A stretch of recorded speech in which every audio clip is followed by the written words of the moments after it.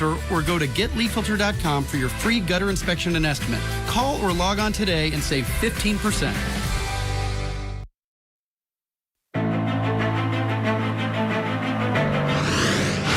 In Palm Beach County, Florida, what is going on with Timothy and Tracy Ferreter? First, they get arrested for allegedly locking their 14-year-old adopted son inside a wooden box in the garage with a bucket.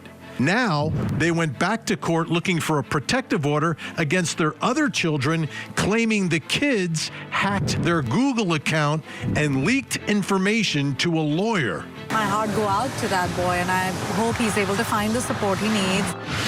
In Fairfax County, Virginia, movie star Johnny Depp getting ready for his upcoming trial on Court TV. Depp is suing his ex, Amber Heard, for defamation after she accused him of domestic violence. Meanwhile, she is suing Depp for defamation for calling her a liar. It has been incredibly painful to have my motives, my truth questioned. On the docket tonight in Portland, Oregon, Nancy Brophy wrote an essay called How to Murder Your Husband. Now, she's accused of actually doing it. Did she do it for the insurance money, or is she falsely accused? We went and looked through their house, and it looked very nice, and she said, this is where I write my books. And so it looked like a really nice little nook. Plus, Michael Barrasone is accused of the attempted murder of 2 people, but looks a little different in court than he did when he was arrested. Tonight's 13th juror question.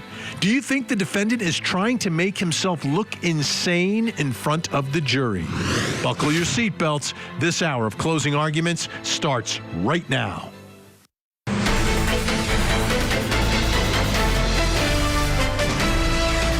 I'm Vinnie Politan. Thanks so much for joining us tonight here on Closing Arguments. And through the years, I believe that the biggest impact, I've seen it time and time again, from viewers, from people at courthouses, and the types of cases that we cover here on Court TV are ones where children are the victims. And it's for obvious reason, because they are the most vulnerable in society. They rely upon us, the adults, for everything. They trust us. And when that trust is broken, it is tragic. That's why on this program, at the end of each show, for years I've been doing this, I remind everyone, hey, don't forget to hug the kids. Don't forget to hug the kids. It's part of what we do here.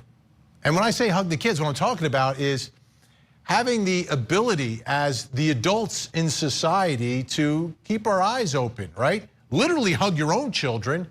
But if you see other children that look like they're lost, or you see children that look like they need help, do something, say something, right?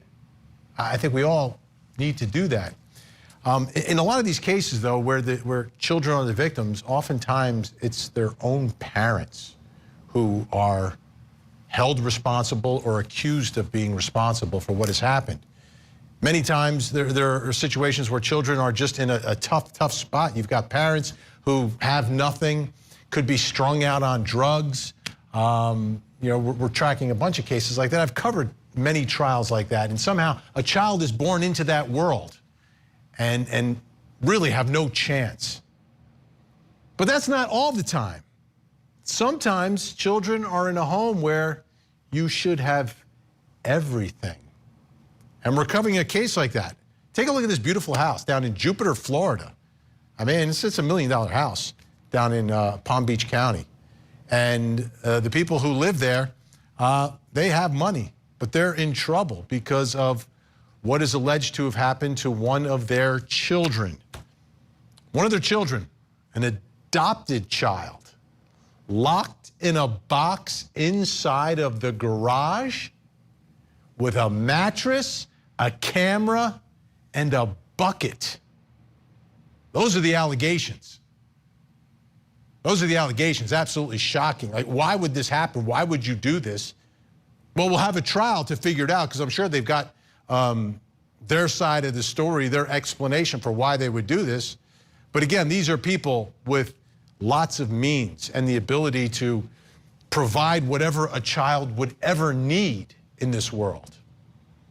But this one child, the adopted child, was in a box in the garage. mattress, camera, and a bucket. Now, those parents, Timothy and Tracy Ferreter, they've been arrested, they've been charged, they have a pending case. But now something else is happening with these parents. And it's a twist I wasn't expecting. They are seeking a protective order against their other children who are minors. What? What kind of twist is this? So the adopted child is the alleged victim of what they were doing by locking him in that box. Then they've got other children in the house, and mom and dad are trying to get a protective order because the kids allegedly hacked into their Google account and then grabbed some information and gave it to a lawyer? What's going on in this house? Well, let's find out. Ryan Hughes from WPTV, our great affiliate in West Palm Beach, Florida, has more for us tonight. Timothy Ferreter was not in court for a quick hearing. His attorney spoke via Zoom. She filed a protective order and claims that evidence was obtained illegally after her client's email was hacked. In a new 7-page filing, Timothy Ferreter's attorney alleges her client's and his wife's personal Google account was hacked by one or more of their children. The filing says, quote, the minor children were never given the login credentials to access the subject Google account. The motion also says the information obtained during the hack was sent to an attorney with the Foster Children's Project Legal Aid. We tried speaking with Timothy and Tracy Ferreter, but no one answered the door at their home in Jupiter Thursday. The couple is charged with false imprisonment and aggravated child abuse. Police say they kept their 14-year-old son locked in a box inside their garage for hours at a time, and he was only allowed out to go to school. Ferreter's attorney writes in the filing the documents illegally obtained by the children must be supplied to the defense, and the lawyer should be required to withdraw as attorney ad litem. The couple's 4 children remain in foster care. And we reached out to both Ferreter's attorney and the Foster Children's Project for more information, but have not heard back. A motion hearing is now set for April 13th. All right, I need a little help tonight trying to figure out what's going on inside this household. What is this all about? Let's bring in our think tank. Joining us tonight in Orlando, Florida, criminal defense attorney Kyla Coleman. In Cleveland, Ohio, criminal defense attorney and law professor at Cleveland State University, Ian Friedman. And in Staten Island, New York, former prosecutor Joan Aluzzi. Great to see everyone tonight.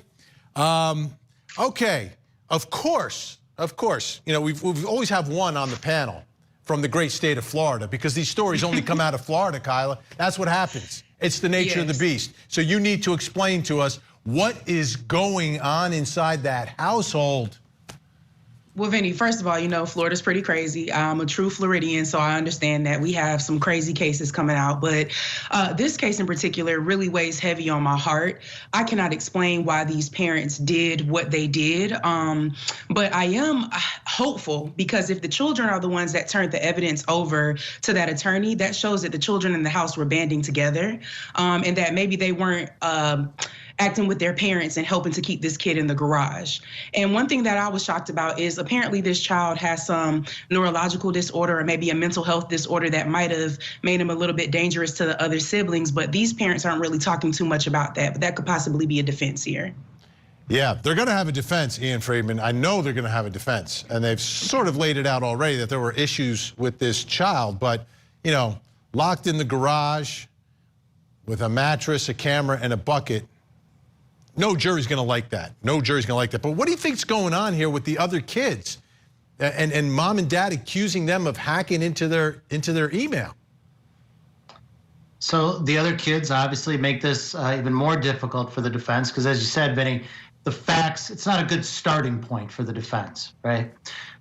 You know, defense is, and look, they've got good lawyers on it. They've brought up the fact already. They've telegraphed that this is going to be a defense of reactive attachment disorder, which is pretty common. Most common, I guess you would see from people, youngsters that have trauma in their life, oftentimes taken from their parents, put into foster care, and don't then really bond with their new caretakers, which is what they're arguing here. The parents are going to have to really argue that what they were doing was a necessity in this case because of that condition. Now, the other kids in the house, they're not going to understand this. They're just going to see that their new brother was in a cage 18 hours a day with a bucket, with a lock on the outside, with the power being switched only from the outside. That's not going to be understood by them. So of course they're going to reach out and look for evidence that, you know, that shows why, or that may help someone look at why their brother was being kept in this without understanding. I think the defense is a tall order here. They have all the parts and pieces, but it's really a tough start, really going to be a difficult case, and it's going to be really hard to turn jurors from this place that they're going to start of such dislike and disdain and lack of understanding to a place where they accept all of a sudden that, maybe they really were doing what was necessary. Even as I say it, right, sounds like a really tough call. Yeah. Joan, what do you think about the children now? Hacking? And they're minors, but I'm not sure of their ages. You know, you get a child who's 11, 12 years old, they're going to know a lot about computers, first of all. But what's their role in this case, in this trial? It seems to me they may very well be witnesses, and they could be witnesses against their own parents. There's no parent-child privilege, is there, that we need to worry about as a prosecutor? No, certainly there's no parent-child privilege here, and children are resourceful.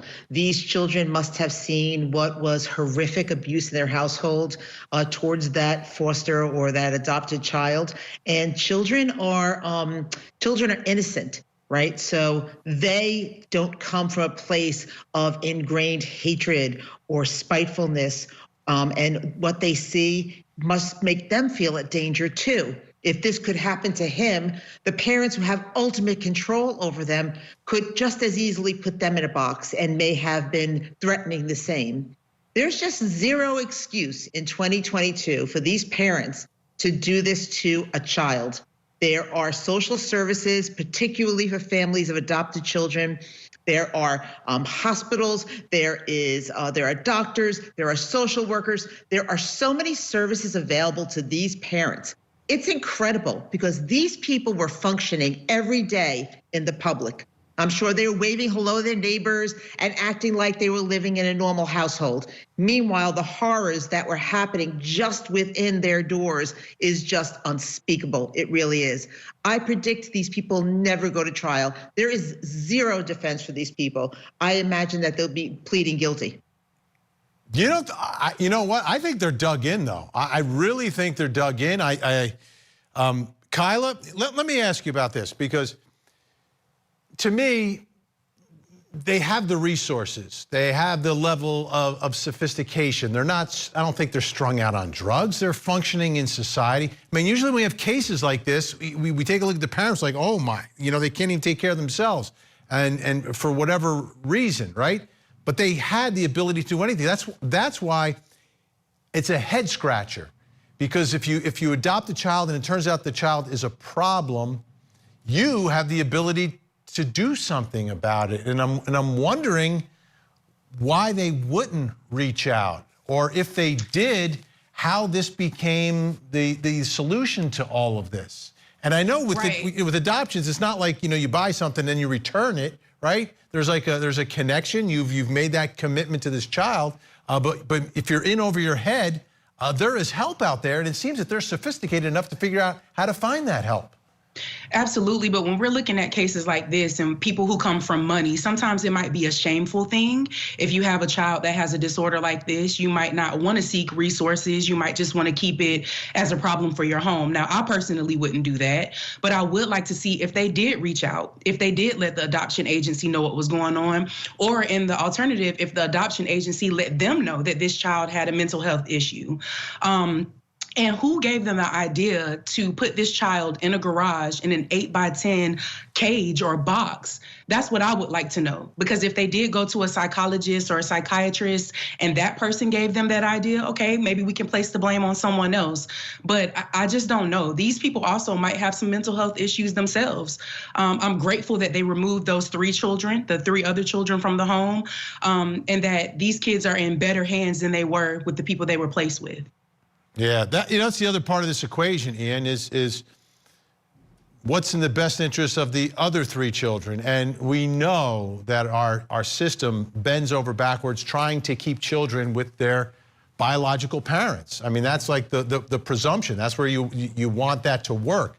Here, there's so much up in the air right now, but you still have to balance, you know, what impact is this going to have on these kids? But at this point, they seem to be adversarial because mom and dad are looking for some sort of protective order here.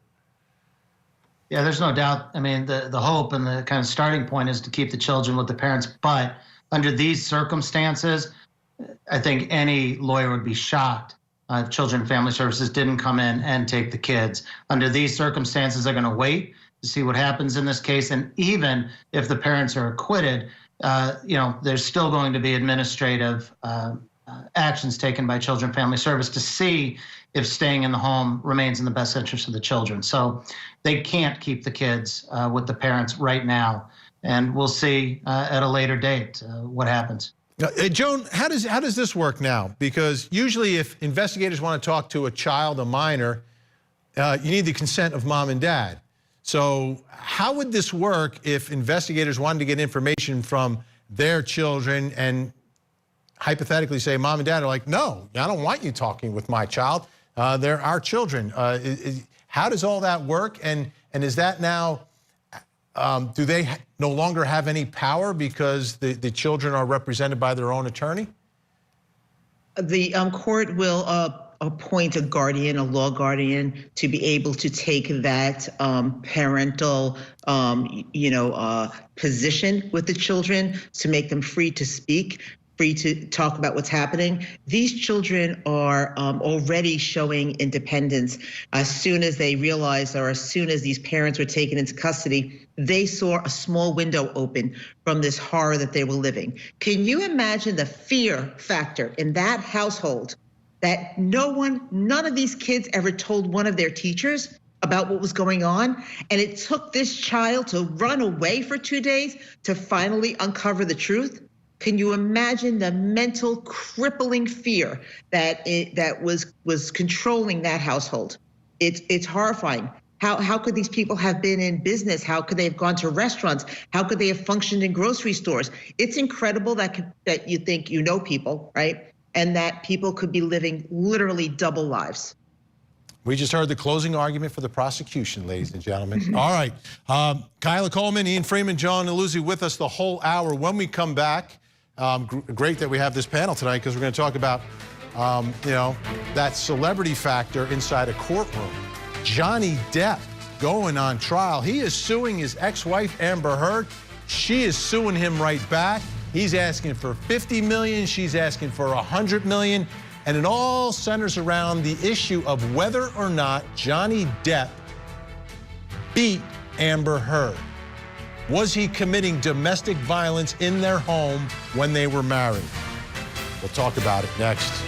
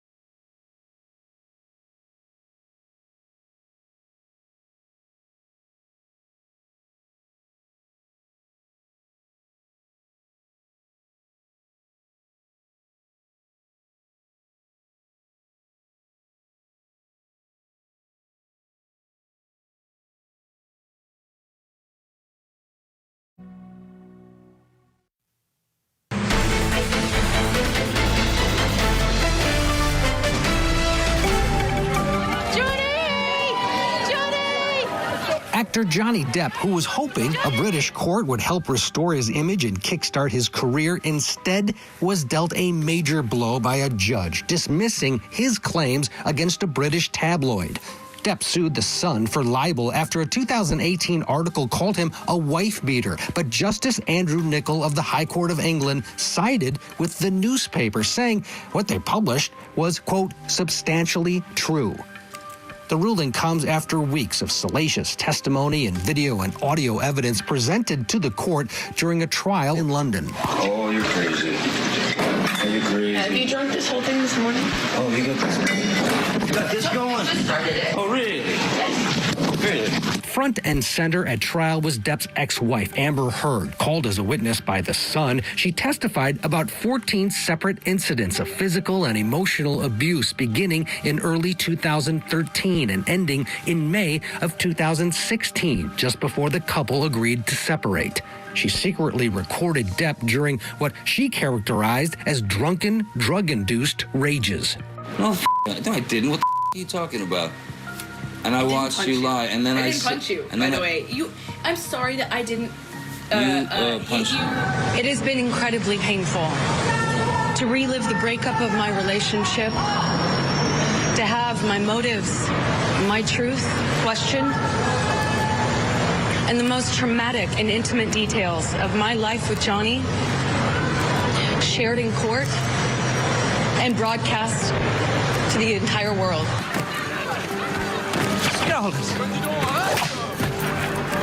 Not sure I deserve that. Depp claims his career has been damaged by allegations of abuse, citing his removal from the Pirates of the Caribbean franchise in 2018. Around the same time, Amber Heard wrote about being the victim of abuse in an op-ed published in the Washington Post. The article didn't actually name Depp, but that isn't stopping him from suing her for $50 million in the state of Virginia. Okay, cameras inside the courtroom for all of this, but let me show you what really is the heart of Johnny Depp's complaint, his accusation against Amber Heard. Here we go. The centerpiece of Ms. Heard's false abuse allegation is an incident that she claimed took place around 7:15 p.m. on Saturday, May 21st, 2016. Ms. Heard sitting on the sofa with her friend, Raquel Pennington, and talking on the phone with her friend Tillette Wright, claimed Mr. Depp grabbed the cell phone, wound up his arm like a baseball pitcher, and threw the cell phone at me, striking my cheek and eye with great force. Ms. Heard further claimed that Mr. Depp further battered her face with some appendage of his body. Ms. Heard used these allegations to obtain a temporary restraining order against Mr. Depp on May 27th, 2016, appearing in court 6 days after the alleged incident with the first appearance of a battered face. And it comes down to, well, what did her face look like on May 21st? Here's Amber Heard in her 2016 deposition. House on May 21, 2016, that Johnny Depp had ever done anything wrong to you, that night or before? You're asking me if I've told them? If you told them on May 21, yes. Again, I said to them, I decline to give any statement at this time as per the advice of my counsel. They did make a comment to me about it seeming unsafe. That's why they needed to check the apartment. They made a gesture to my face. They said that I looked hurt. They also pulled me aside and said, look, just say a statement. We can make sure you're safe. Just say a statement or give us a statement and we'll go get the guy. And they said the exact same thing to Josh.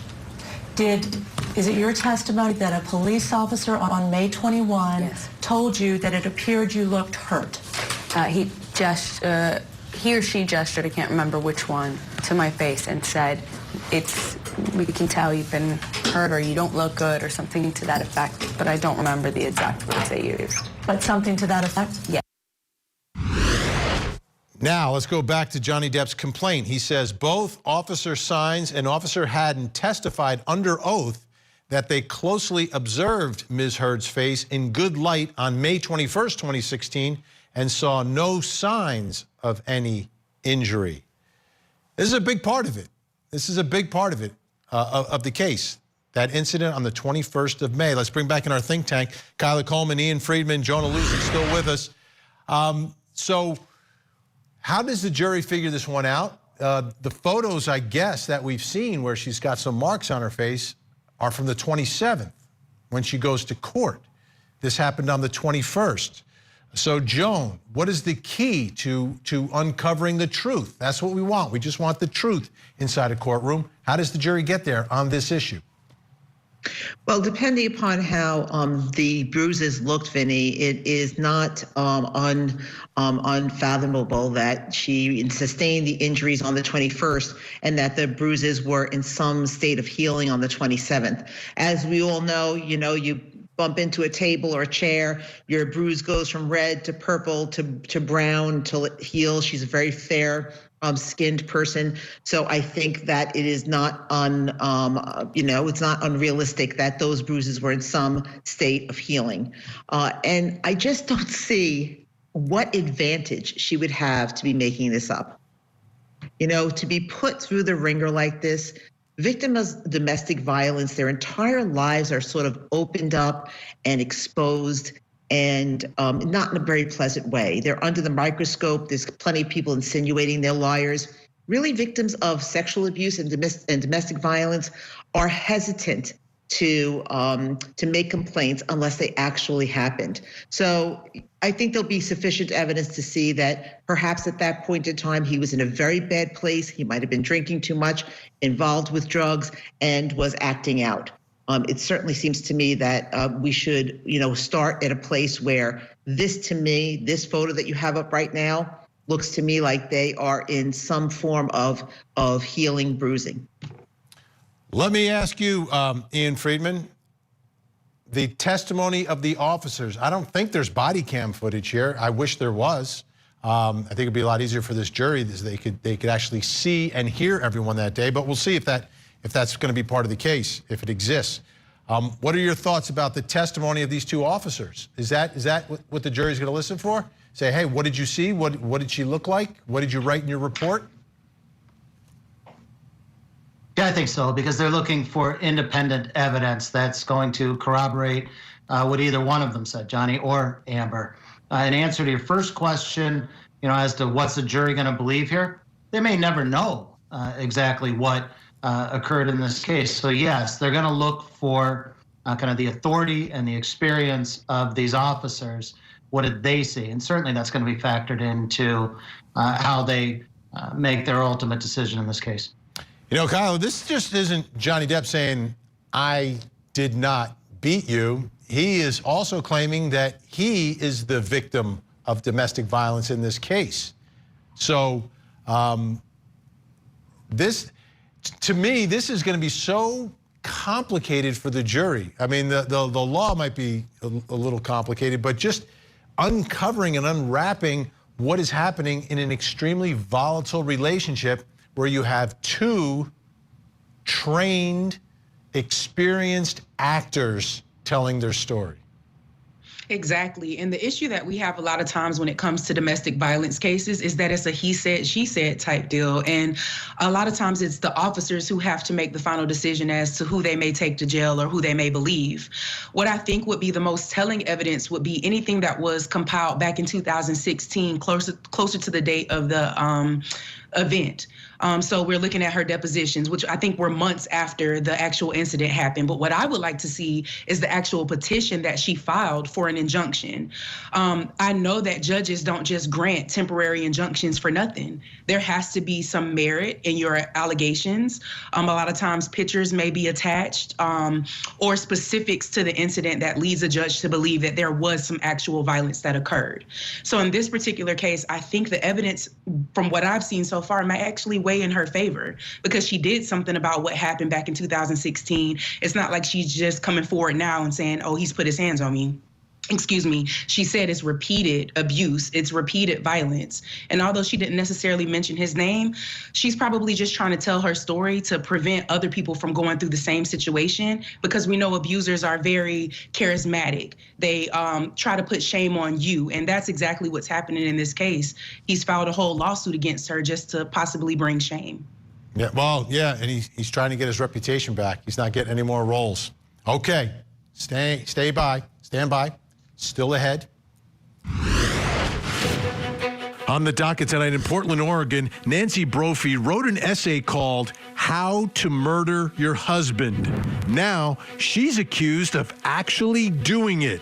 Did she do it for the insurance money, or is she falsely accused? We went and looked through their house, and it looked very nice, and she said, this is where I write my books. And so it looked like a really nice little nook. Plus, Michael Barrasone is accused of the attempted murder of 2 people, but looks a little different in court than he did when he was arrested. Tonight's 13th juror question: do you think the defendant is trying to make himself look insane in front of the jury?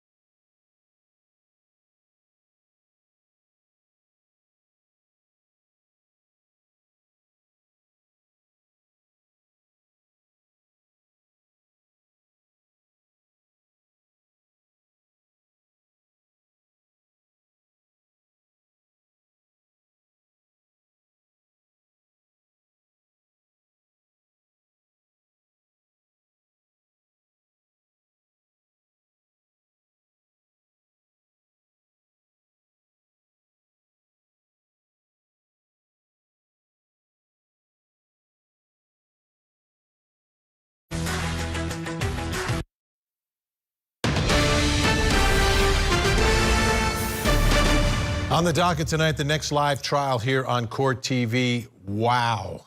Wow is all I have to say. The defendant is a writer, a novelist, and apparently wrote an essay, How to Murder Your Husband.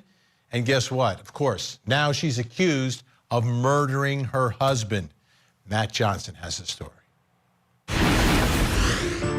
The Wrong Lover, The Wrong Husband, and Hell on the Heart. These are the romance novels penned by Nancy Brophy. But did they become a script for murder? Nancy Brophy is accused of killing her husband, Dan. We're giving 4 dozen oysters to each team. In this tribute video put together by the now closed Oregon Culinary Institute, Dan, a chef instructor at the school, is seen helping his students. On June 2nd, 2018, students found his body covered in blood. He had been shot in the back and chest. They rendered aid, but were not successful. Nancy took to Facebook to mourn her husband's death. She wrote, "I have sad news to relate. My husband and best friend, Chef Dan Brophy, was killed. I'm struggling to make sense of everything right now." Nancy's neighbor, Susan List, reflects on her memory of the Brophies. They kept to themselves, most of the neighborhood does, but from what we could see, it was just a normal neighbor. The couple lived in this home less than 7 miles from downtown Portland. Susan says Nancy had a special place reserved in the house just for writing. I didn't know she wrote so many books. I had an open house one time that we went and looked through the house and it looked very nice, and she said, "This is where I write my books," and so it looked like a really nice little nook. According to police, they had fallen behind in their mortgage. But Dan's life insurance payments were paid, and Nancy stood to inherit more than $1 million from his insurance and workers' compensation policies.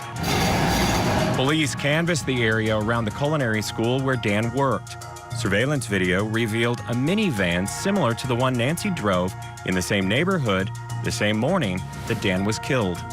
According to court documents, when asked by investigators, Nancy Brophy stated that she was at home all morning. A search of Nancy's computer revealed more suspicious activity. Police found evidence of gun part purchases from websites eBay and ghostguns.com. Detectives also discovered an eyebrow-raising article that she had written titled, How to Murder Your Husband. She starts the article by writing, "As a romance suspense writer, I spend a lot of time thinking about murder and consequently about police procedure."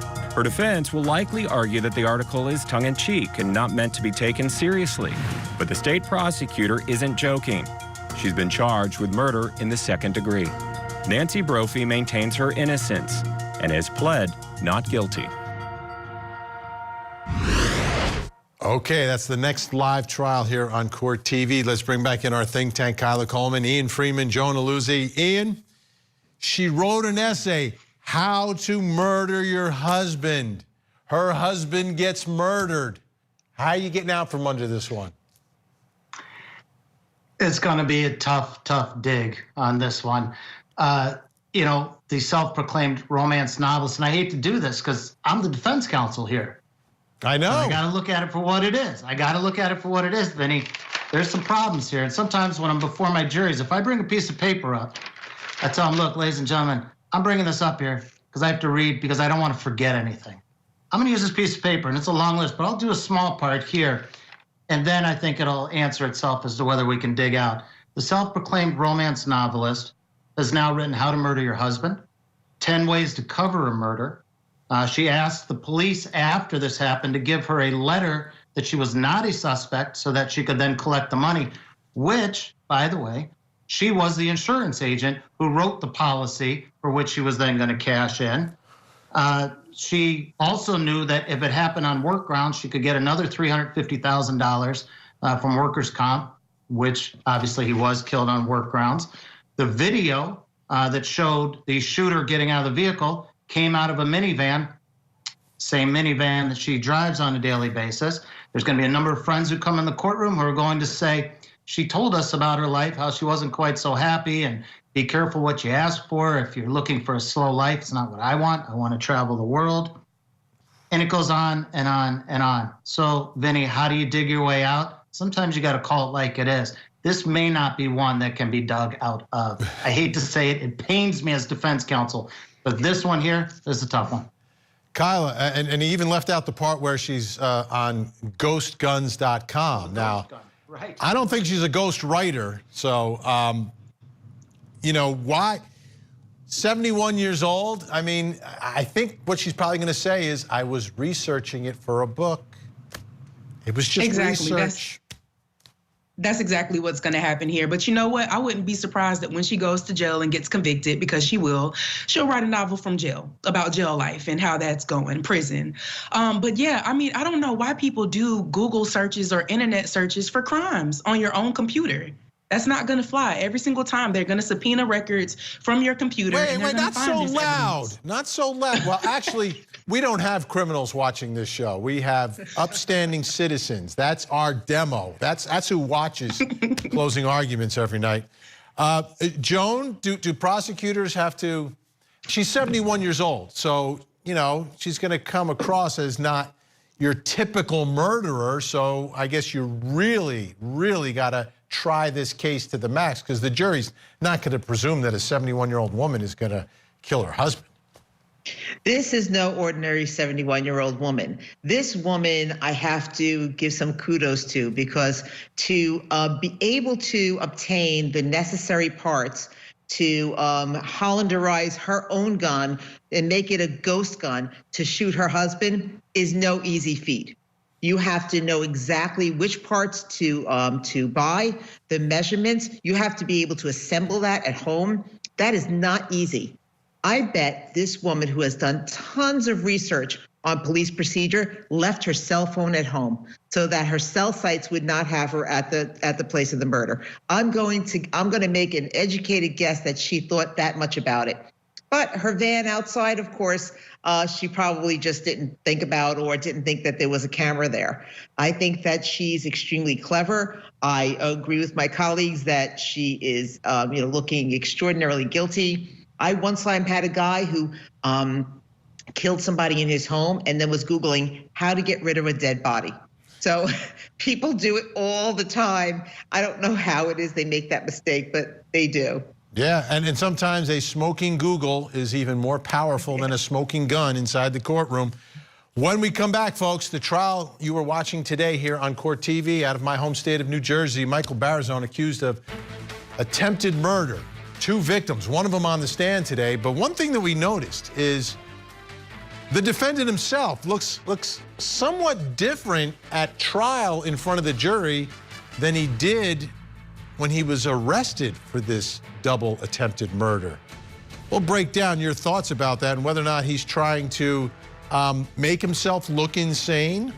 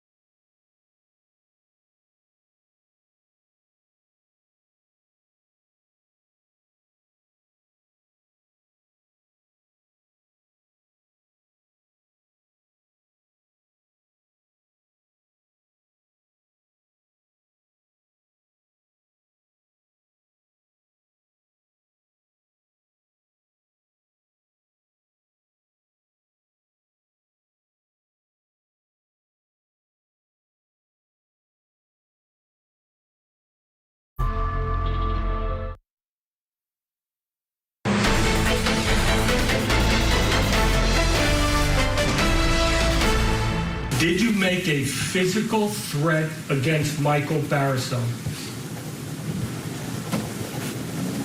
I do not recall. I do not recall specifically. Did you communicate this issue and problem to Lauren Canarak on that day? I'm sure I may have spoke about her horses not being shod that day. That's a possibility. When you say it's a possibility, doesn't your text directly address that issue with Lauren Canarak? I see the text. I do not specifically remember the text or sending the text on that day, but I can see it's there. And during that discussion, did Lauren Canarak tell you to finish the bastard, meaning Michael Barrisone? Objection. Cross-examination today of one of the two victims in the case against Michael Barrisone, one of the two shooting victims. This is the defendant. Now, on the left, this is after he was arrested. That's his mugshot. And on the right, that's him in court now, on trial, in front of the jury.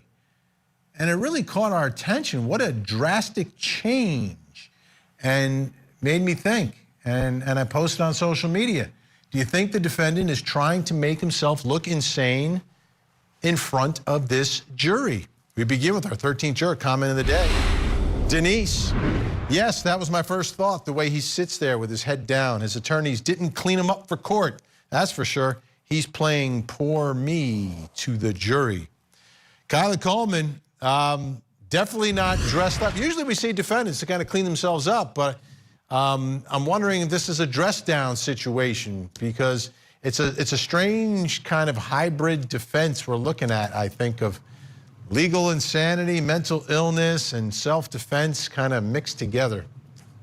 Yeah, and he's definitely playing into that. I don't usually agree with your 13th jurors a lot of time, but this person got it right. I agree. He's trying to play to the sympathy, makes it seem like, you know, he's down and out. Maybe something is wrong with him. And hey, the theatrics might work for a jury. You see that? She doesn't agree with you guys. All right, here we go. Jonathan tonight, he's been in solitary confinement for a while. That can make someone a little crazy. Ian Friedman, when do you decide that someone needs a haircut and a shave and you know, their tie tightened up nice and straight? Or when do you go in the other direction? Or is it just, it is what it is? Well, they certainly decide prior to trial, but here part of the defense is not just self-defense, but insanity. And nobody knows, you know, where he's at this moment. To say that he's looking the part, if he's truly insane, this may fit. And the one thing I just want to be very clear on, trials take their toll on everybody in it. And we've seen defendants look one way and completely deteriorate by the end of the case. That may be what has happened here. And this case is going to be a wait and see. That's what I have to say. It's a wait and see. The look may fit the brain, may fit the insanity. Let's wait and see. Joan, did you ever have a defendant that kind of looked like this at trial? Well, sure. And it's interesting when someone really decompensates from one point before they go to jail for a while and then they go to jail. But I do kind of feel a little bit badly for this guy. I think, like, remember that movie, What About Bob? It seems to me you have a stranger who comes into your house who never leaves. After a while, it could drive you to acts that you would never ordinarily do.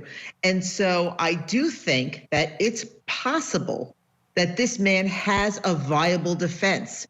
Here he is, he takes him to trainee, he lets this woman live with him, and then she doesn't leave. She wreaks havoc on his life. And it goes on for some time. He doesn't know what to do about her because he invited her in.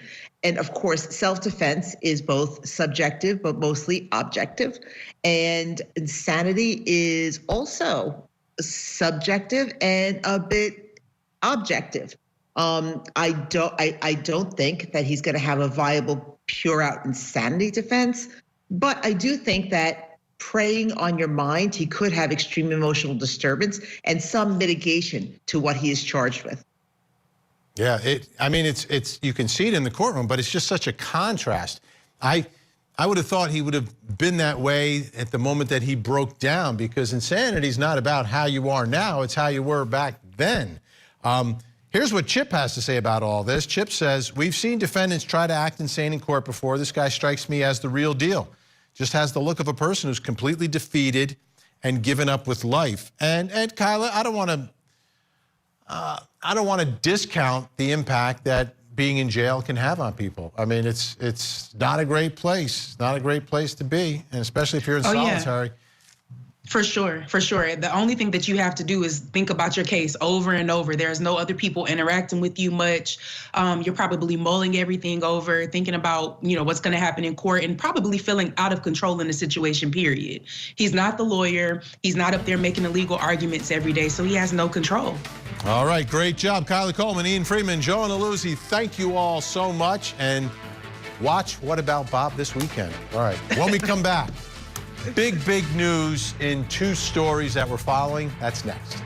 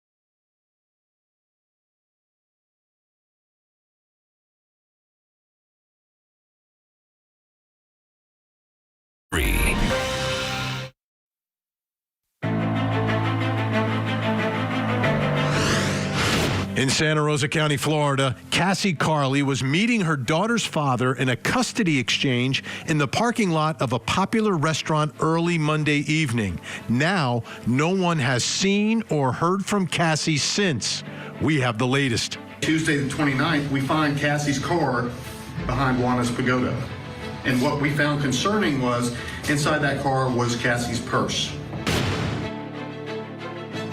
In tonight's unsolved case file in Cleveland, Ohio, 14-year-old Chelsea Hill was killed in a hit-and-run accident in 2015. Tonight, her mom joins us live asking for your help in her search for justice. My baby is gone. All I'm asking for back is just justice. In Winter Park, Florida, officers respond to a wedding when things start to unravel. Then things turn deadly. We take a look at the wedding body cam video with our own law enforcement experts. Winter Park 911. I have a very irate, drunk dad. He has no shirt on. He's on the outside of the building. He's trying to beat people up. He's yelling. In Los Angeles, California, after Will Smith slapped Chris Rock, the LAPD responded to the Oscars, but did not arrest Smith.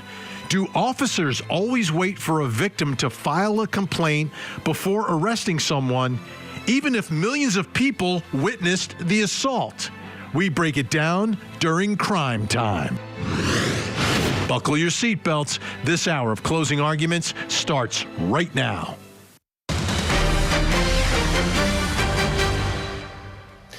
Welcome to Closing Arguments. We begin this hour with some breaking news out of Nevada, Lyon County, Nevada. We've been following the case of Naomi Irian, who was found murdered. First, she had been abducted. Then there was a search for her remains. She was found. And now, tonight, the man who was first charged with the abduction, Troy Driver, has now been charged with her murder. The Lyon County Sheriff making that announcement tonight. Let me read for you exactly what they said. Here we go.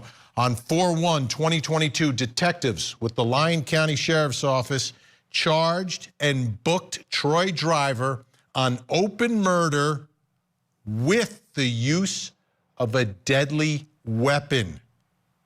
Robbery, burglary, and destruction of evidence.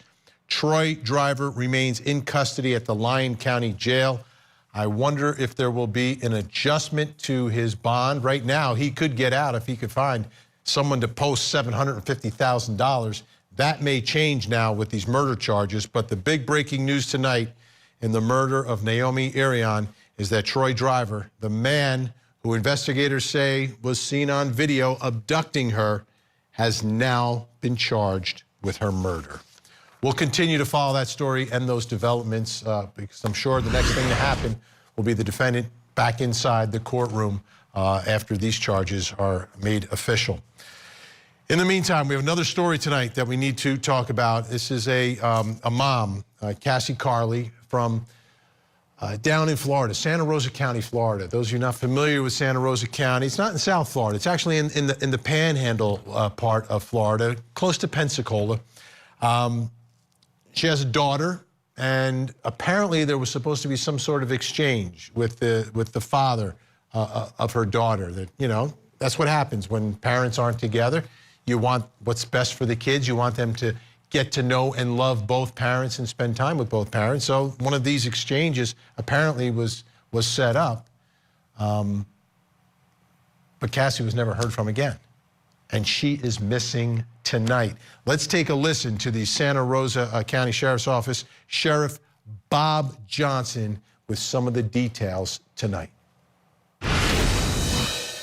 A Navarre woman, Cassie Carley, 37 years of age, was last seen Sunday the 27th behind Juana's Pagoda in the parking lot.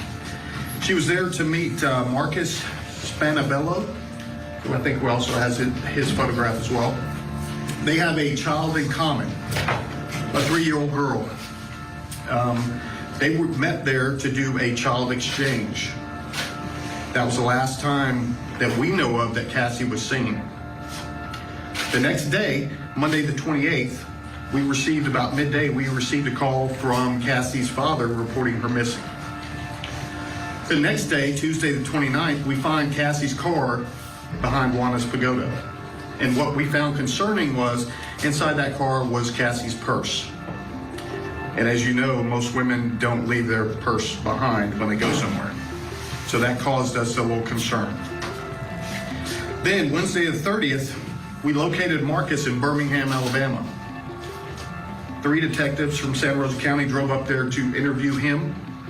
They made contact with him and also with Sailor, the daughter, and they called out Alabama Child Services, who checked over the girl, and that was that for that part. So they interviewed him and came back here. Right now, we're currently in several different, I guess you could say, phases of this investigation, but we would like to thank Okaloosa, Walton, and Bay SO for their assistance, as well as FDLE and the FBI. Currently, like I said, it's ongoing investigations. I don't know how many questions I can answer, but feel free to ask me what you want to. So, yes, ma'am. Are there any specific spots that you are searching right now, or any specific efforts that you can share with us? Not at this time. I can say the search is ongoing, but I can't tell you any certain locations. Can you confirm whether the search is beyond Santa Rosa County? Yes.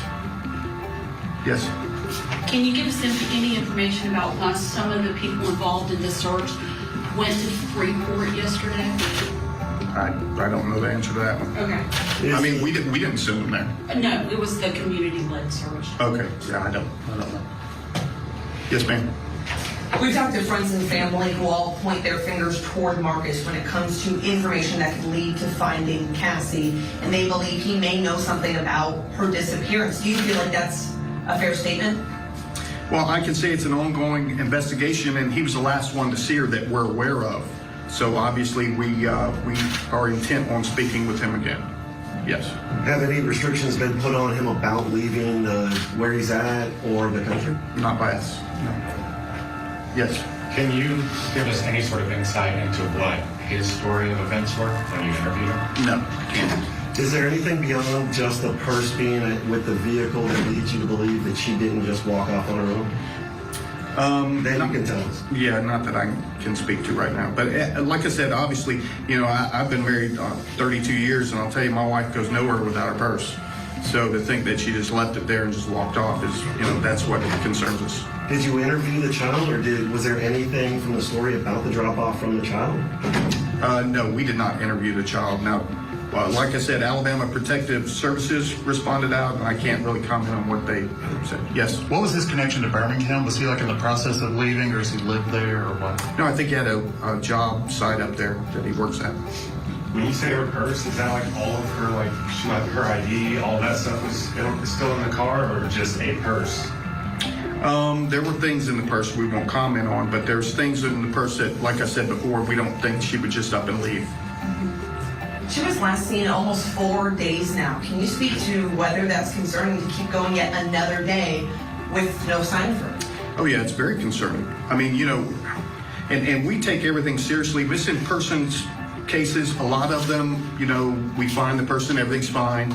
But usually you don't go 4 days without hearing from them or them using a credit card or a cell phone or something. And right as of now, we have none of that.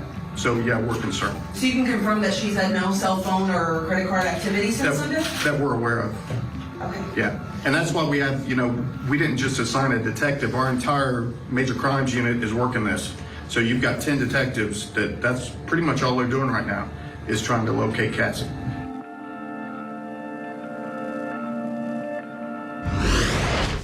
A lot of folks are looking for Cassie tonight, and I can't imagine what her daughter is thinking now. Where's my mom? Where's my mommy? This is heartbreaking.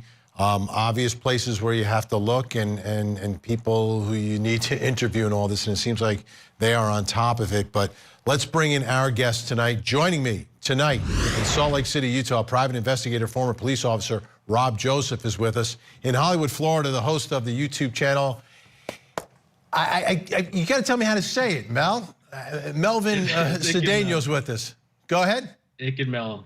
Hopefully you guys can hear me clearly. Iked Mel. Got it. Iked Mel podcast. Check it out. It's great. I know he's been covering this story in depth And in Navarre, Florida, special guest joining us by phone tonight is Cassie's sister, Rayanne.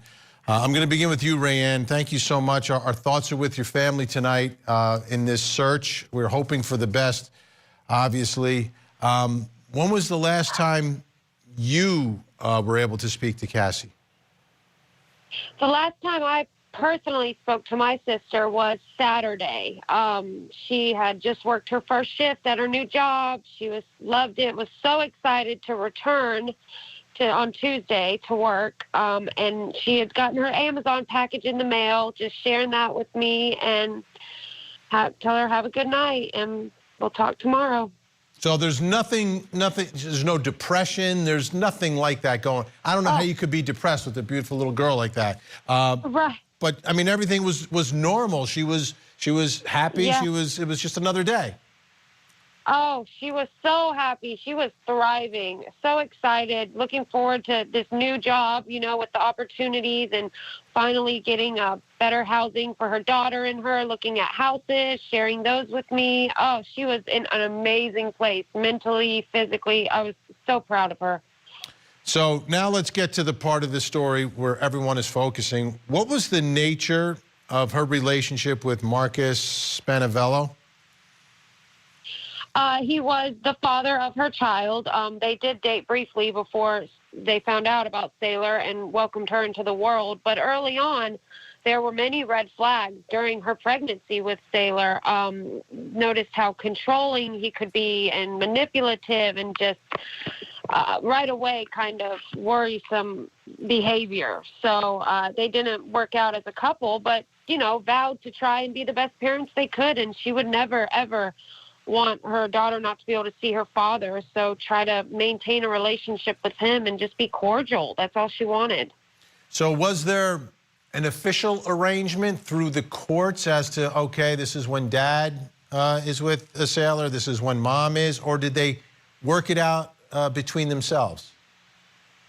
There was somewhat of a temporary in order of custody. They were in the process still going to court and whatnot, but it was established that it was Saylor lived with my sister full time, but she would visit her father every other weekend and every other holiday until the custody arrangement was fully established. But her goal was, of course, to get primary custody, but never take away his visits or any such thing like that. He also desired the same thing, I think, as well. So. And did your sister talk about that? I mean, sometimes people keep that stuff private. Sometimes they share it with family about his response to, okay, so you're telling me that he wanted to be the primary custodial parent here?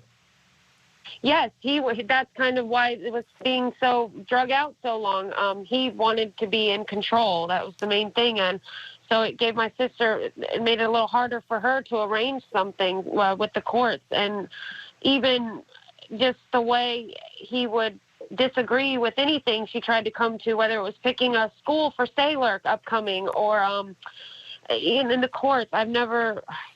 Someone represents himself, of course, on the custody hearing, but the way his behavior is, even towards judge and officials, is disturbing from the beginning.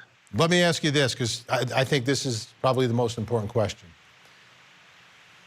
The mother of his daughter is missing.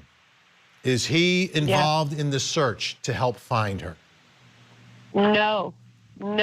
And when first contacted, to even just be simply asked, hey, where is she? It's been a couple days. My father was met with annoyance, actually. Why are you blowing me up? Why are you calling me?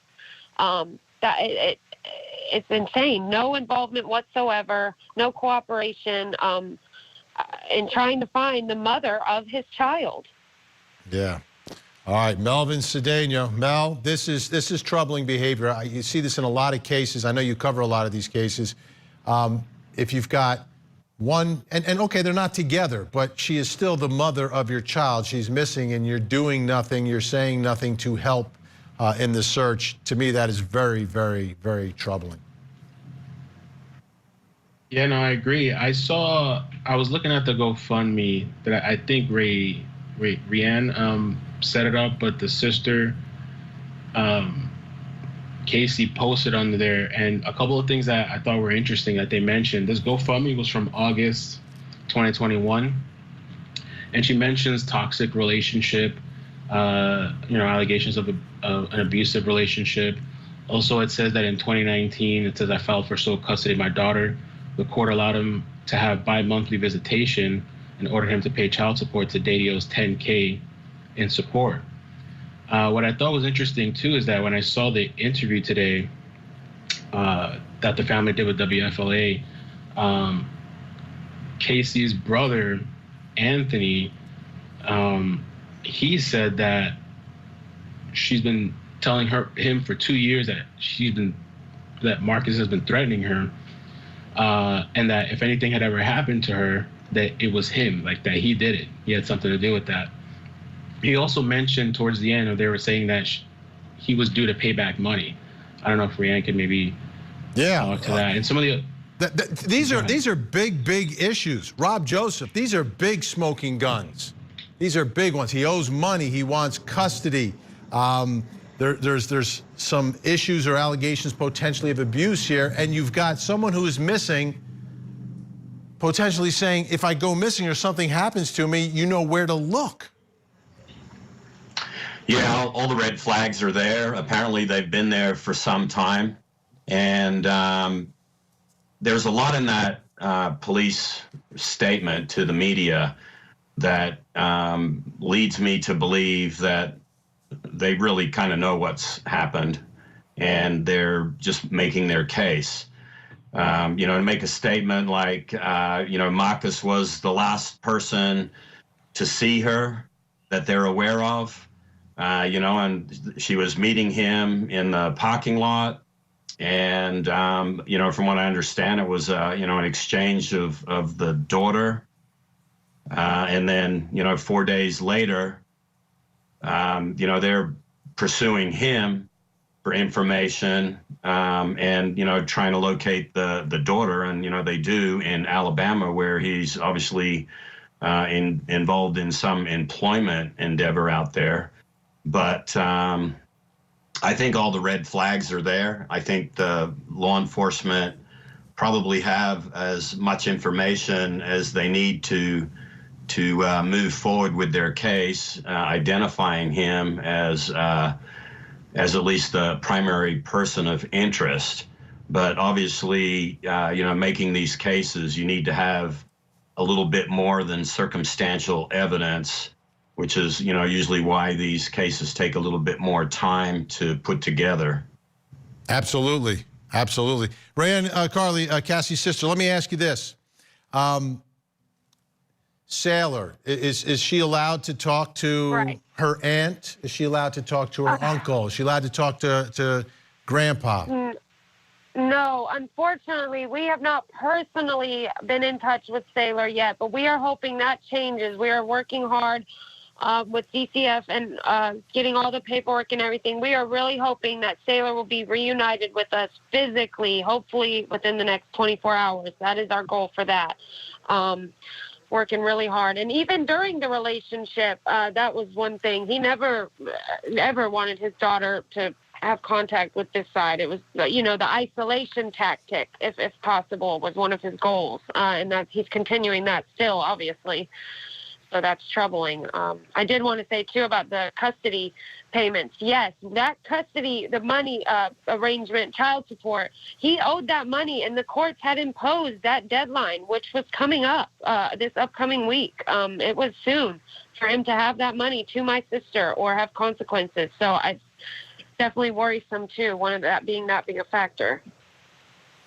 Well, our best to your family. Please, we'll stay in contact with you as the search continues for your sister. And thank you so much. I know you're super busy, but I think you're doing the right thing, getting the word out. So her face is everywhere. So anyone that has information can come forward and help find Cassie. Thanks so much, Rayanne. Thank you, Vinny, so much. All right, when we come back, Mel's going to stay with us. Rob's going to stay with us. We're going to take a look at the scene of this child exchange, the custody exchange, where it was taking place outside this popular restaurant. There's a parking lot. We'll get a lot more information when we come back. But take a look. Did you see her? Did you see her, folks? Are you down in the Panhandle? Are you down there on spring break? If so, pick up the phone, make a call.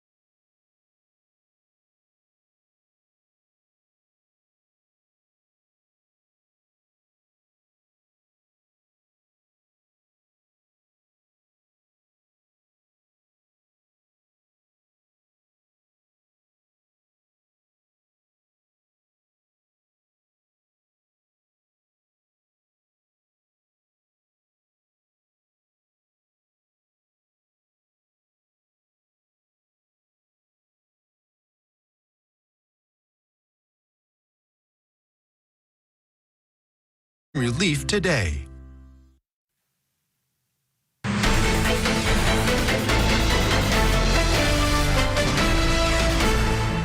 Is there anything beyond just the purse being with the vehicle that leads you to believe that she didn't just walk off on her own? That you can tell us. Yeah, not that I can speak to right now. But like I said, obviously, you know, I've been married 32 years, and I'll tell you, my wife goes nowhere without her purse. So to think that she just left it there and just walked off is, you know, that's what concerns us. Sheriff Bob Johnson down in Santa Rosa County, Florida, in the Florida Panhandle, talking about Cassie Carley. She is missing, has been missing since the beginning of the week.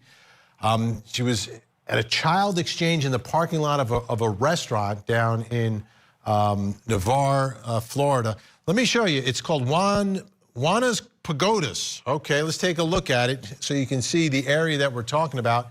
Right there in the Panhandle. Zoom in. You can see it's a nice restaurant. It's on the water there. It's beautiful, beautiful part of the country. But this is where she was supposed to drop off her daughter Sailor to her ex and the father of her child, Marcus Spanavello, but she was never seen again. So let's bring back in our guest, still with me, private investigator Rob Joseph, and host of the YouTube channel, It Melvin Cedeno's with us, and joining us now in Pensacola, Florida, investigative reporter with WEAR-TV, Olivia Iverson is with us.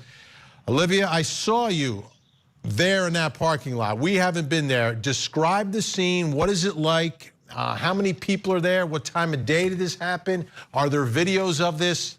Give us the lowdown on where this all took place and what happened. Well, I'll actually answer your last comment first. So according to Sheriff Bob Johnson that you had just showed that clip of him there, he did confirm in yesterday's press conference that there is surveillance footage that they have, but they told us that they can't get into what it does and doesn't show. But if you are in Navarre Beach, like a lot of the Florida Panhandle, it's the beach town, right? You drive over a bridge, over the Sound, and then there's a few restaurants, there's a parking lot there, and then there's a boat ramp. That map on your screen, you can see it. That's the restaurant Juana's that she mentioned. When I say she, I mean Cassie's family. Rayanne said that this whole custody exchange happened. The restaurant parking lot is right next to it, and where detectives say that they found Cassie's car was actually on the other side of the parking lot, all the way to the right. That is all the parking available for the boat ramp. It's separate than what's on your screen. It's all the way past that. It's all that parking available for all the tourists, especially this time of year that visit the area. This time of year, it is busy. I wouldn't say for sure if it's busy on a Sunday night, but at least, especially as we saw today, a lot of search crews continuing their efforts and a lot of people out there, regardless if they're there for looking for Cassie. Mel Cedeno, there's a video. Obviously, they haven't released it. But it seems to me there is some information on that video that is the key to this whole thing. Just like Rob said, it seems like they know a lot more than they are revealing tonight, and it may very well be on video. Yeah, what's kind of interesting too, if we look at like the text messages that were released, because she left her home, which she lives with her father, around 7, and it's really close to this parking lot where she met with Marcus. And the text messages that were released, it was around 9:40 p.m. The father messages Cassie, and it says, "Cassie, I'm trying to call you. What's going on? I'm freaking out because call me as soon as you get this message." The reply back, which the family doesn't believe this was Cassie, the reply back says, "I'm sorry, car was acting up and I broke my phone. Marcus is working on it. I will stay at his place tonight, and he is paying me money to do some stuff around his house. Are you in PCB, which is Panama City Beach?" And then she says, "No, the screen is jumping all over the place. Let me see if he can get this fixed. I'll call you." The reply back is, "I'm going to sleep. I just needed to know my girls were all right." And there was nothing from there. The family does not believe that that was her and that she doesn't even talk like that. And they've even said that the verbiage is almost like Marcus. So I thought that was kind of interesting. And then also, allegedly one of his stories or responses is because there's a Facebook Messenger message that was put out, and it says, I believe this is from the sister, "Is Sailor with you? Please, Marcus, this is not like my sister. She has been doing great and was supposed to start a new job. I hope you will at least cooperate with the police. Let them know you have Sailor. She is now a missing person." This was on Tuesday before she was located. She was located Wednesday in Alabama, Birmingham, Alabama. But his reply is really interesting. He says here, "Sailor is with me. She wanted to be dropped off in the middle of nowhere in Destin with Sailor," which is Destin is in between Navarre and Panama City. That used to be the drop-off spot that they would do. That's the normal drop-off spot. "I told her I wouldn't let Sailor go like that, to give me an address and I take them to it. Yeah, cops already called me and might call again for more questions. If they do, I will apparently everybody will be asking me that, so I'll just copy and paste what I told your father.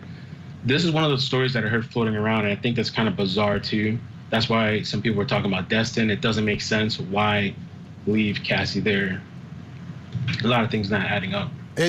No, and her car is found where her car is found. Rob Joseph, the evidence is just mounting up. If you've got this digital footprint that everyone has, there's text messages back and forth. But what Mel is pointing out with and we've seen this in other cases where someone is pretending to be someone else when responding to a text message, and it becomes important evidence in putting together a timeline here.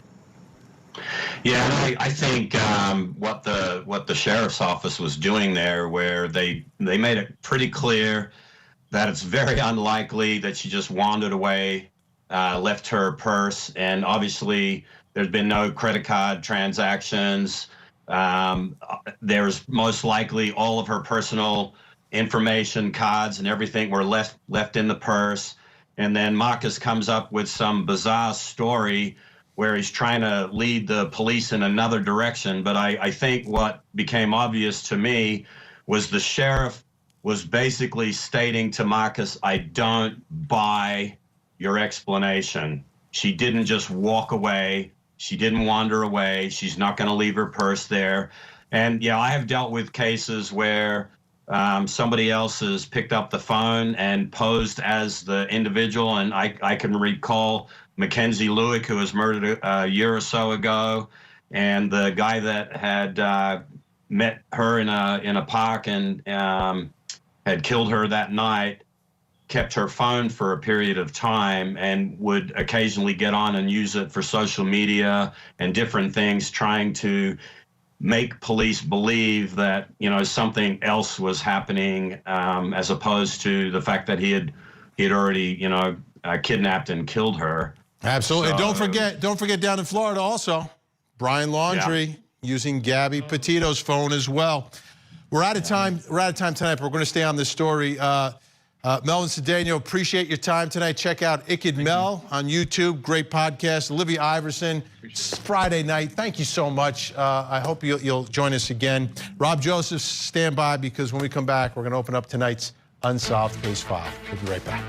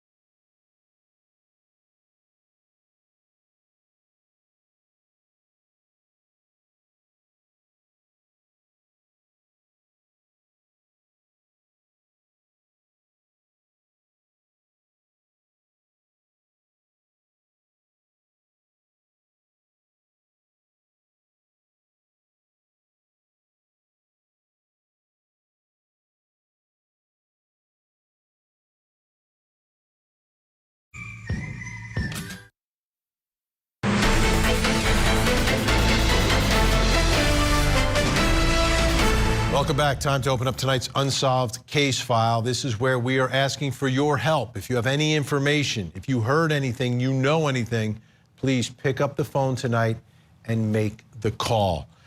Tonight, Homa Bash, a great reporter with our affiliate WEWS in Cleveland, Ohio, has the story of a 14-year-old girl who was struck and killed by a hit-and-run driver who just left her on the side of the road. Who killed Chelsea Hill?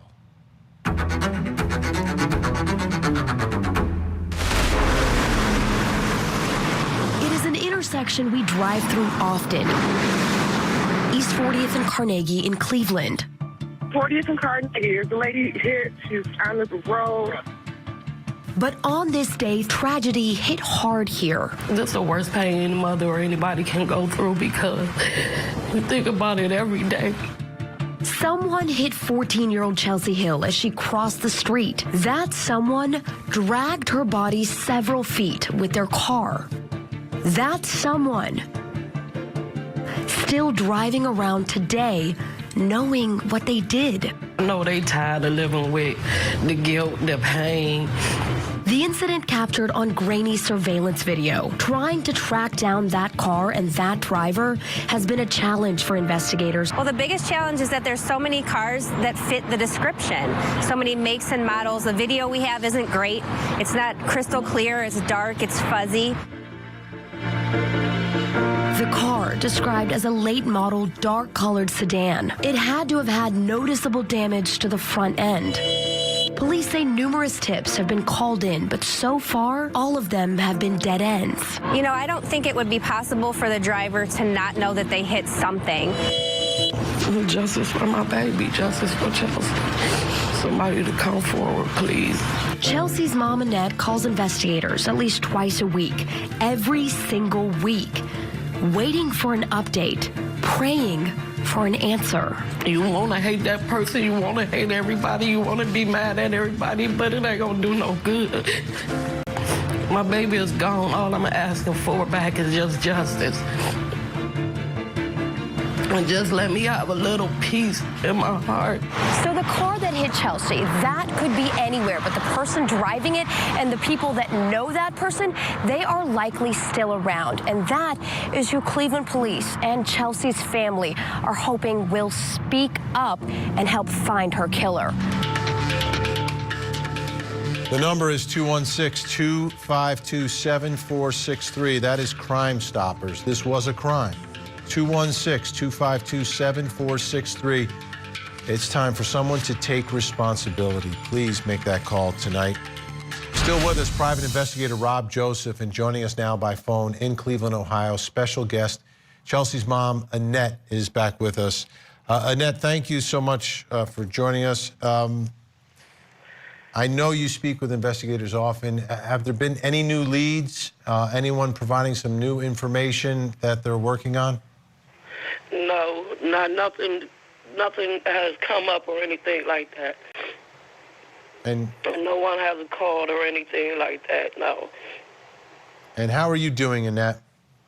I'm trying to, do my best and live my days and stuff, but every time, I just heard the cover story and it just, it's just hard to be able to take all that in.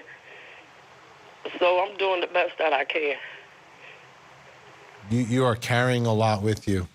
Yes. I want to have you do something here. It's not going to be easy, but the person responsible could be watching. Yes. I want you to speak to them if they are watching right now. Well, what I would like to say to that person is, it's been it'll be 7 years, May the 25th. And I know that, whoever you are or whatever, that it probably wasn't done intentionally. And, for you, yourself, because I know that he probably or she or whoever probably have pain too, and also that's if they have a heart and a soul. And for them just to come forward to give me some peace and give themselves also some peace. because we can't go through life holding regrets, because we all of us have to forgive, and you got to have forgiveness in your heart in order to move forward. So that's what I'm trying to do, and I just wish somebody would say something and for that person to come forward and just bring justice for Chelsea and bring a little peace to me. Because the pain and the hurt would never go away for me. And it's been going on seven years, but to me it's still like it was yesterday.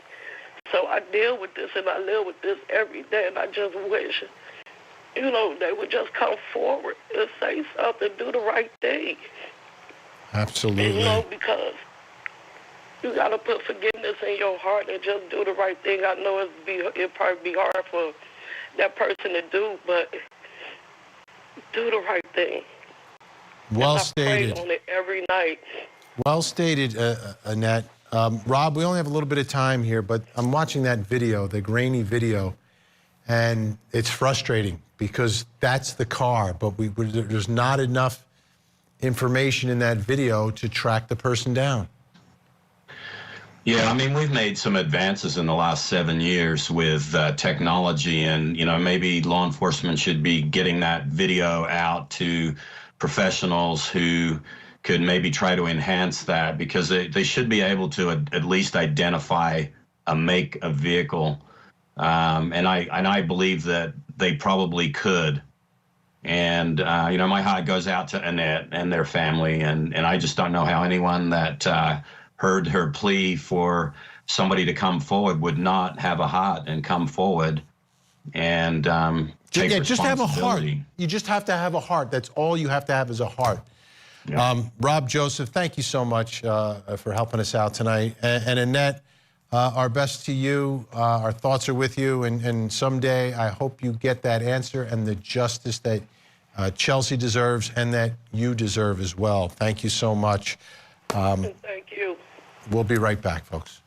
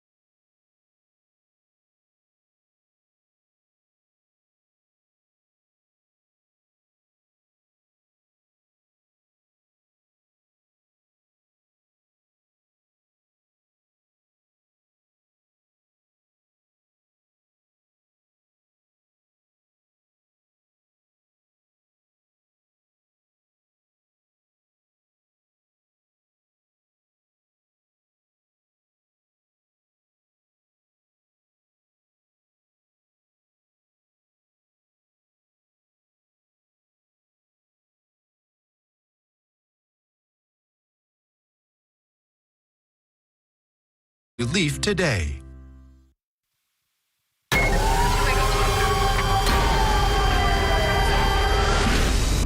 All right, folks, it's crime time here on Closing Arguments. Let's bring in tonight's guest. Joining me, retired sergeant for the Nashville Police Department, Melissa Pinkleton. Melissa has 14 years of experience in law enforcement. She joined the Metropolitan Nashville Police Department in 1999. She's worked numerous undercover operations and was part of a specialized police flex unit targeting the most dangerous criminals in the area. She was also awarded countless Officer of the Month awards, several Chief Coin of Excellence awards, and 6 Commendation for Service awards. Also with us, retired Deputy Inspector of New York Police Department, Corey Pegues. Corey's been in law enforcement for 21 years. He spent 18 years as a combat medic with the U.S. Army and New York National Guard. He's also the author of the book, Once a Cop. Great to have you both here, Melissa and Corey. And wow, what a video. It's tragic. Someone dies. It's from the Winter Park Police Department down in Florida, Central Florida, just outside of Orlando, where officers shoot and end up killing a wedding guest.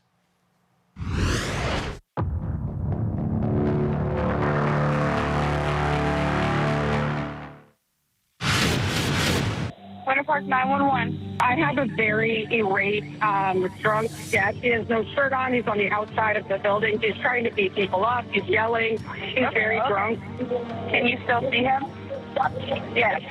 What's he doing now?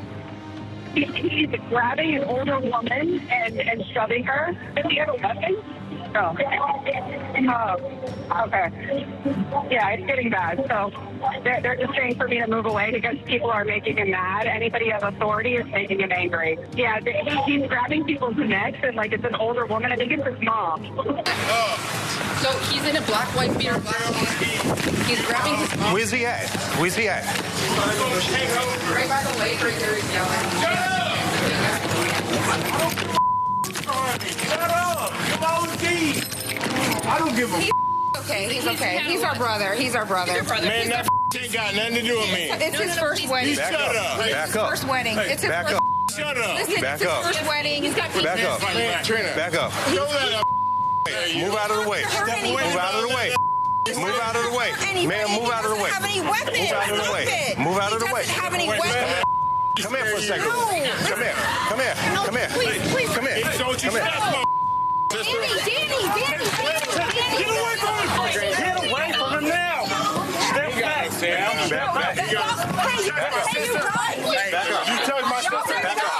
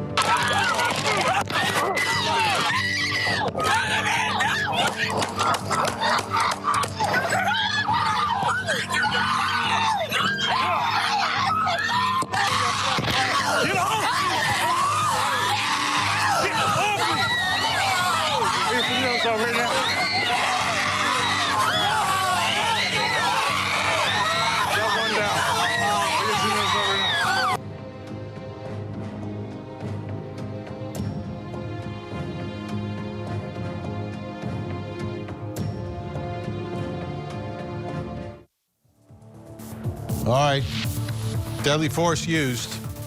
You read the headline, it's one thing, then you see what actually happened. Gives you another perspective, but let's get a little insight now. Melissa Pinkleton, your thoughts about officers, how they approached the situation and the force that was used. Well, this is the force that was used was appropriate and it was not appropriate, and here let me explain why. When they got there on the scene, they had the information on the scene that he was already belligerent, yelling, disorderly, and they approach him. He's still in that manner. They ask his sister or that woman to go ahead and, ma'am, please move, ma'am, please. There's only so many times that the police should be asking before they say, move or I will move you. And they did too much talking. And I feel like there's this epidemic in this country right now of non-compliance to authority, and which is, I don't know if that's related to a lot of the poor media the police have gotten, but the point is that there was too much talking. Those officers should have put hands on him a lot sooner than they did. And then when they did put hands on him and had the opportunity to tase him, they didn't.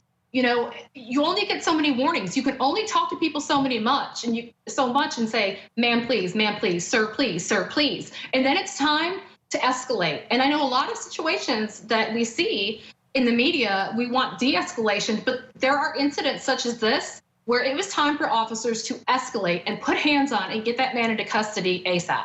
Absolutely. Corey Pegues, your thoughts about what happened here at this wedding?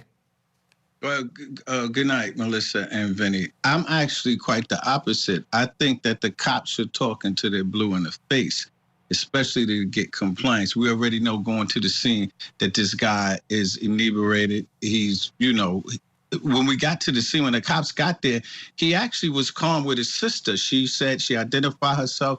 I'm his sister. I have him. And the cops immediately went to, you know, escalate the situation. Move out the way. Let me grab him. Sometimes we got to take a step back, even though that this guy was drunk. I didn't see a crime that was committed or even hear on the phone call that a crime was committed.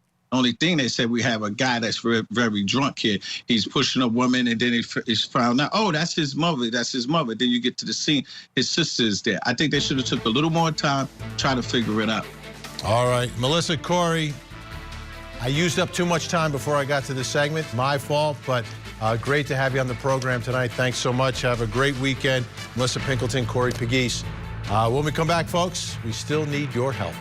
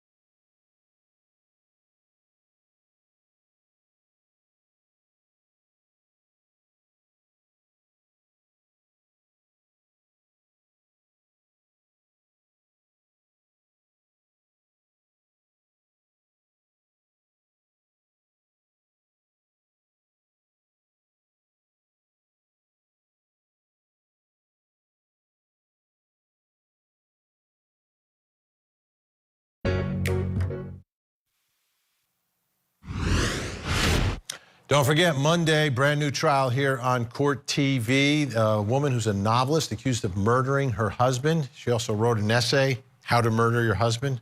That all starts Monday right here. Before we go, I want you to take a look at a missing child, 14 years old, from Hilo, Hawaii, Ulani Ahuna. Missing since January 31st of this year. 14 years old. If you see her, you can call 911, 1-800-THE-LOST, or the Hawaii County Police Department if you see Ulani. Let's see if we can get her home this weekend. That's it for tonight. Thank you so much for watching. I'm Vinnie Politan. Have a great night, and don't forget to hug the kids.